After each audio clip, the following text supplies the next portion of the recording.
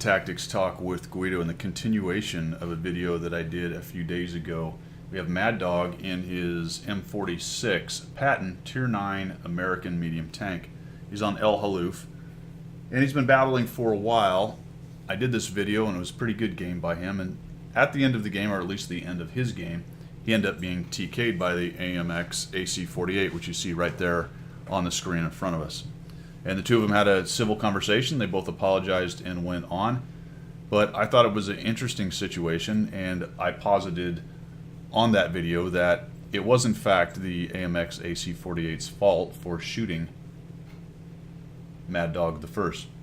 And I knew that was going to be somewhat controversial, so I figured I'd ask, hey, why don't you send your comments down to the comments section down there for my viewers. I'll take a look at them, and we'll have a discussion. And then I saw the comments and I thought, you know what, I think I'm going to expand a little bit on this. So let's set the stage first by realizing this is a pixel tank game.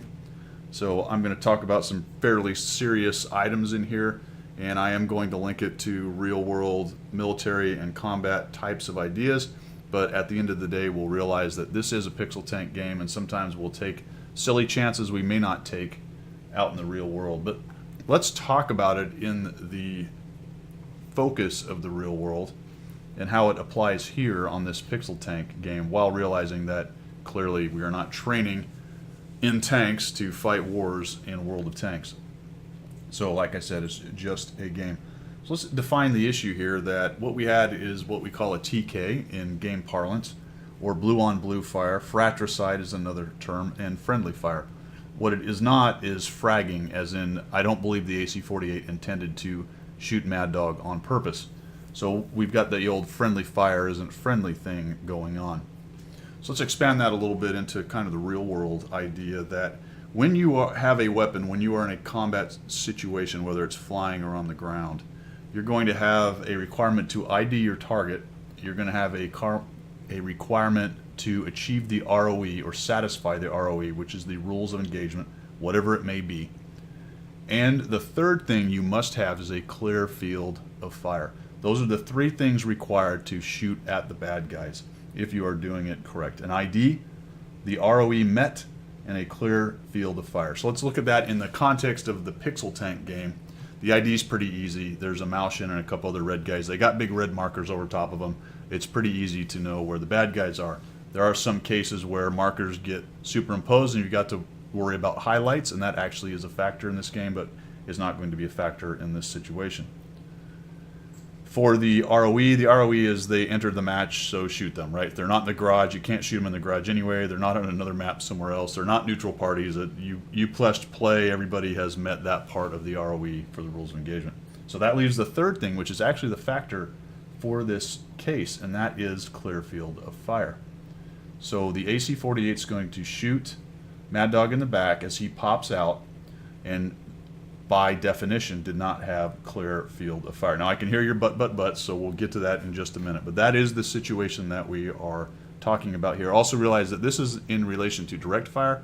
Indirect fire is a little bit different, similar, but a little bit different, especially if you're bringing in fire danger close and other things that are real world specific in there, but we'll just disregard the indirect fire piece of it right now. So a quick background on where I come from on this, because I am retired military and I flew for a long time. That fratricide in the squadron was a big deal, and we spent a very long time and a lot of our training figuring out how not to shoot each other and how not to send missiles flying near to each other, because on occasion they would glom on to the wrong guy for lots of different reasons.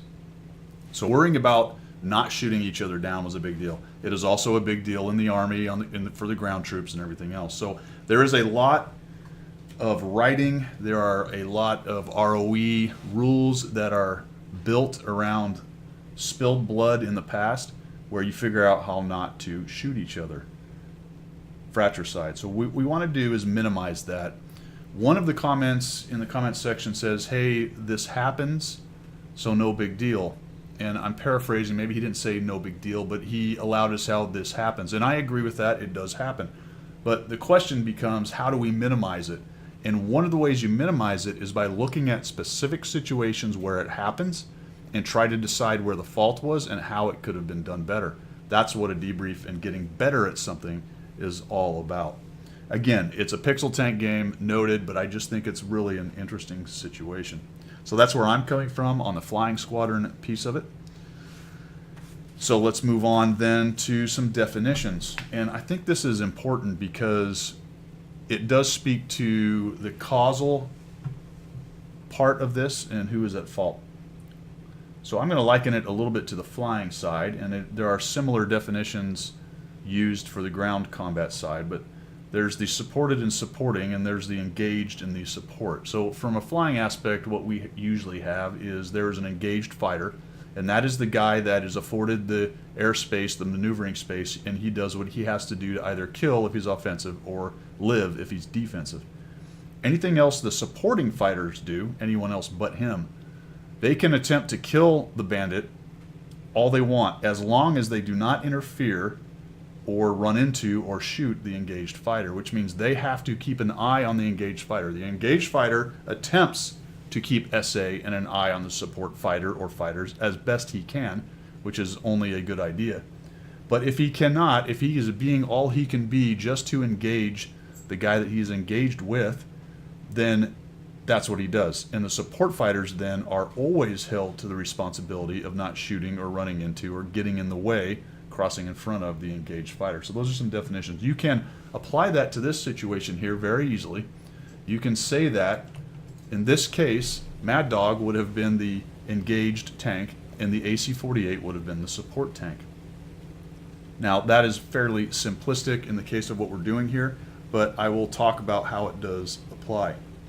What you don't have here, and what we do have while flying or in the military, is comms. So that's a big deal. What you have are some clicks that you can put on about halt or attack or affirmative or things like that, but everyone's not really looking at that, and there are no voice comms going on, so that is a problem. So what you need then is kind of a standardized, developed ROE, or at least something in everyone's mind about how this should go down. How this should go down then, in general, since there are no comms. And I'm not talking about platoons. In platoons you can do this a little easier. But without comms in World of Tanks then, what should happen is the guy in front is essentially the engaged tank.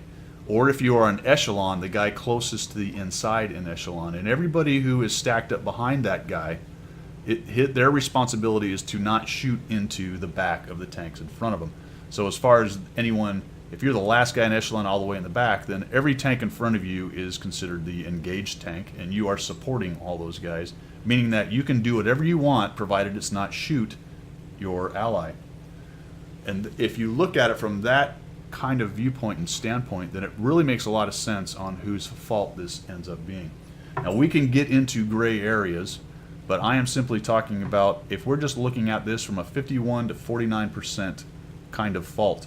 60-40 was something somebody said on the comments, even at 90-10, whatever you want to say, but the number is 51 or above. So who's most at fault?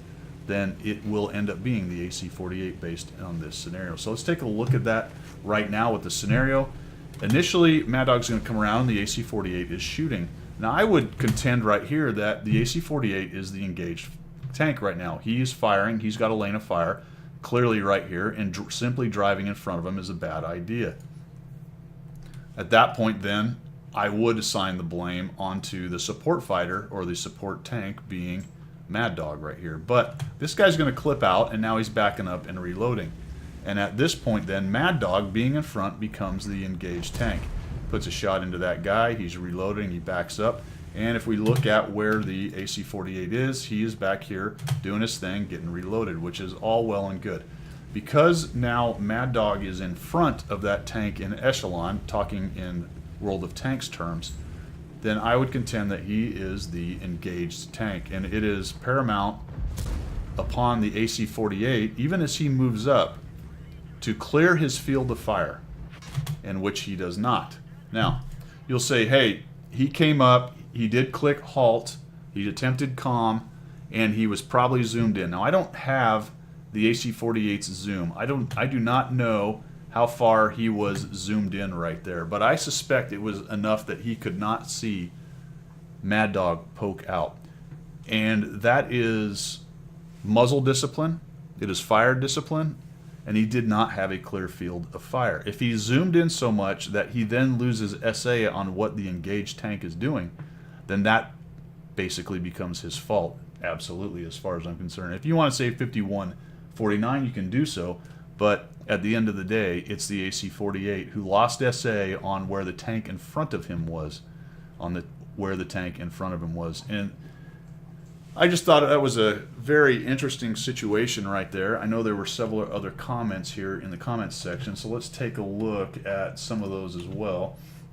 It happens no matter what you do, just coincidental timing. Well, I disagree with that pretty much 100%. Not really. It's not no matter what you do. You try to minimize it. So you can stop it from happening. It will happen on occasion if people are not adhering to an ROE or an engaged support kind of idea or a clear field of fire kind of idea there. But I do not agree with that at all. Another one says, I see your point, but this isn't a shooting range situation. I found that one to be quite interesting because the reason we have those rules on the shooting range is to help us when we're actually out there doing the JOB.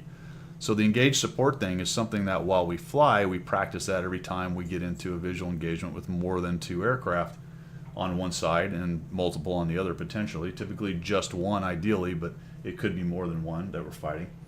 So it should transfer from the shooting range out to actual combat. Now, of course, you're not going to have a range officer telling you you're cleared to fire and such, but you understand what I'm saying, the general rules. Mad Dog said, I knew the AC-48 was looking for a shot, but I was trying for just one more shot. Well, that's absolutely true, but that does not clear the AC-48 from his responsibility of having a clear field of fire since he was behind you at that point. Looks like a case of tunnel vision for both players. I'm with Mad Dog, though. I always apologize also. Completely agree. That's after the fact. If everybody is being civil about it, we go back to the beginning of this, that this is just a pixel tank game. That's what we're talking about here. And if you say sorry, the other guy's probably going to say sorry. Small side note about that. If I shoot somebody, I always make sure I hurry up and tell them I'm sorry first. Because I'm the guy that pickled, and based on everything I've said right there, I consider myself to be the majority, even if it's 51%, at fault for it.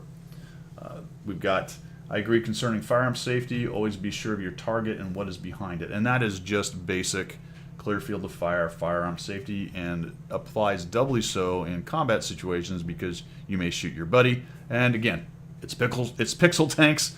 No big deal as far as that goes, but we still want to try to not shoot other pixel tanks that happen to be on our side out there. And then it would say, another one on the last one, I would assign blame as 60% for the TD and 40% for MAD. Well, fair enough. That's where I got to the 51-49 thing, and that's kind of what I'm getting down to. So if I say at the end of the day, I say the AMX AC-48 is at fault, it is his fault, 51% to 49, that's still majority the A648's fault for not having clear field of fire. And he said as much. I'm not getting on the AC-48, that's not the point right here. So anyway, I thought that was a really interesting discussion. I wanted to tie it into some of the real world stuff. Again, realizing it's pixel tanks at the end of the day. Ideally, Mad Dog still goes home to mother or wife or whatever, girlfriend, whatever it happens to be. And we all go on and we click battle for the next one. So I'm going to drop this in there for those of you who have watched the video before it. Hopefully it's of interest to you, and go ahead and comment all you want down there. As always, I hope you learned something. I hope it was interesting to you, and if it was, make sure you subscribe. Otherwise, as always, we will see you.